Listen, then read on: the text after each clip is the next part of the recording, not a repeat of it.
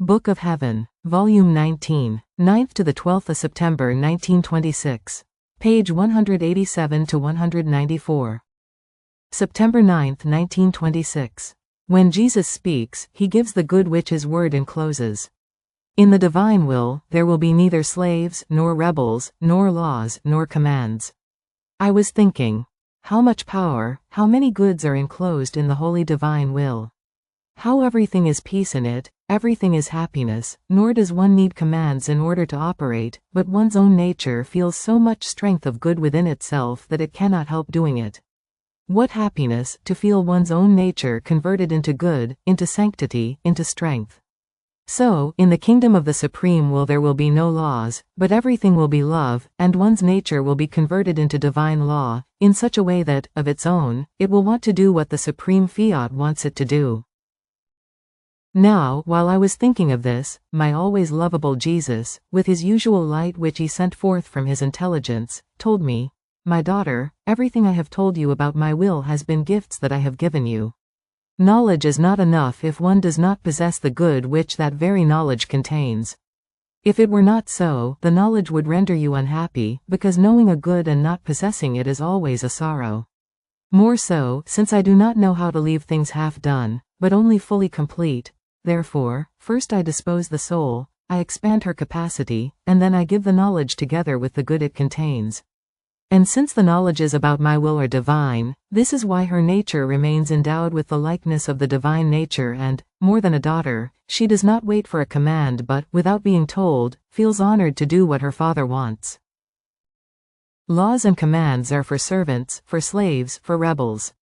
In the kingdom of the supreme fiat there will be no servants, no slaves, no rebels, but one will be the will, that of God and that of the creature, and therefore one will be the life.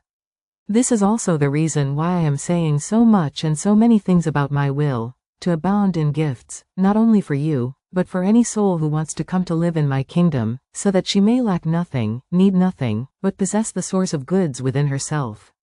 I would not act as the God that I am, great, powerful, rich, magnanimous, if in having to constitute the kingdom of my will, I did not endow those who must live in it with the prerogatives and qualities that my very will possesses.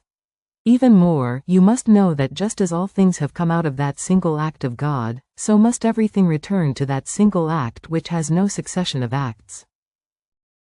But only one who leaves everything to live only of my will can return to that single act, because as the soul lives in it, everything she does converts into light, and her acts are naturally incorporated and identified with the eternal light of the Son of my will, and, as a consequence, they become one single act with the single act of it. On the other hand, in one who operates outside of it one can see, not light, but each of the materials that her work contains, which cannot be incorporated with the light of the single act of God, and therefore it will show immediately that it is not our thing, that it does not belong to us. So, anything which is not done by virtue of the divine fiat will not be recognized by God. Suppose you wanted to unite light and darkness, copper and gold, rocks and earth. Would one not distinguish with clarity the light from the darkness, the copper from the gold, the rocks from the earth? And this, because these are materials, one different from the other. But if you united, all together, light with light, darkness with darkness, gold with gold, you would not be able to distinguish nor separate the first light from the second, the first darkness from the second, the first mass of gold from the second. So it is with my will. What it itself does in the creature is light, and it is no wonder that it becomes incorporated in the single act of its eternal light. Therefore, in these times so stormy and with a vertiginous race and evil, I could not give greater grace than making known that I want to give the great gift of the kingdom of the supreme fiat. And as a confirmation of this, I am preparing it within you with so many knowledges and gifts, so that nothing may be lacking to the triumph of my will. Therefore, be attentive on the deposit of this kingdom which I am making in you. After this, I felt concerned because holy obedience had imposed on me not to neglect even one word of that which my sweet Jesus might say to me, while I easily leave them out because I am convinced that it is not necessary to write and to entrust to the paper certain intimate things, certain outpourings that Jesus makes to my poor soul, but that they should remain in the depths of the heart. So I was praying that he would give me the grace not to fail the obedience. And Jesus, moving in my interior, told me, "My daughter, if the one who guides you and directs you gives you this obedience, it means that he has understood that it is I who speaks to you, as well as the value that even a single word of mine contains.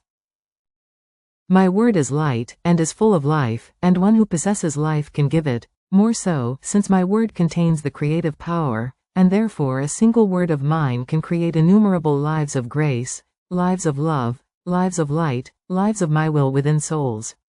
You yourself will not be able to comprehend the long way that a single word of mine can cover.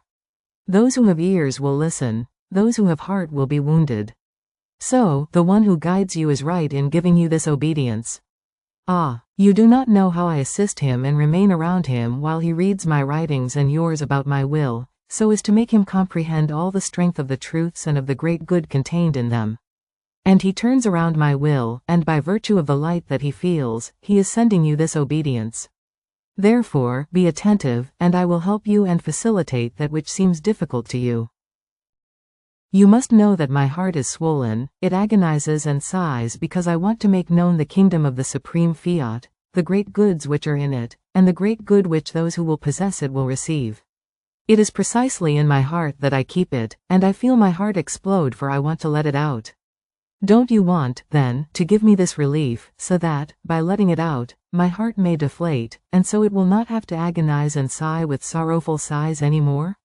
And you will do this by making known what I manifest to you about my will, because when you do this, you give me the field in order to open the ways and prepare the place in which I must lay the kingdom of my will.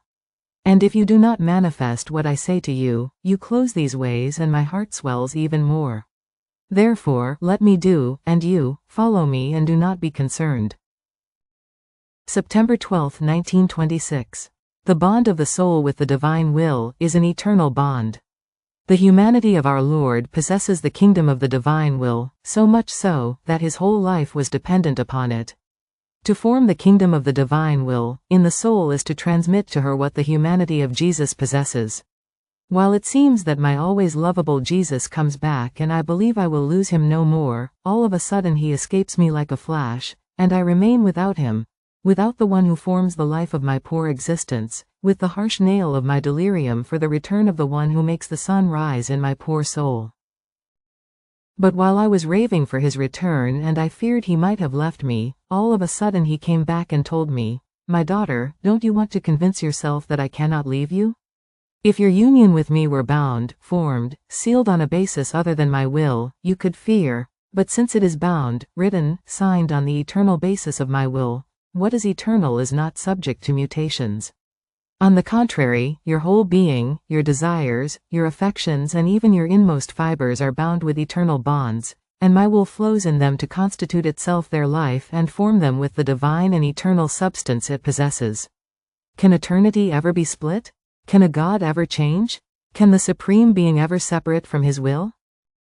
All this is inseparable, indivisible. In the same way, everything that my will unites enters into the divine order and becomes inseparable from me.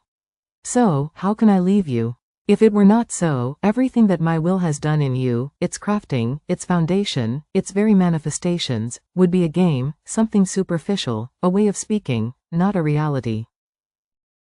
Therefore, remove these thoughts that I might leave you, because it is not something that my will produces or that belongs to it. My will is firmness and indissoluble bond.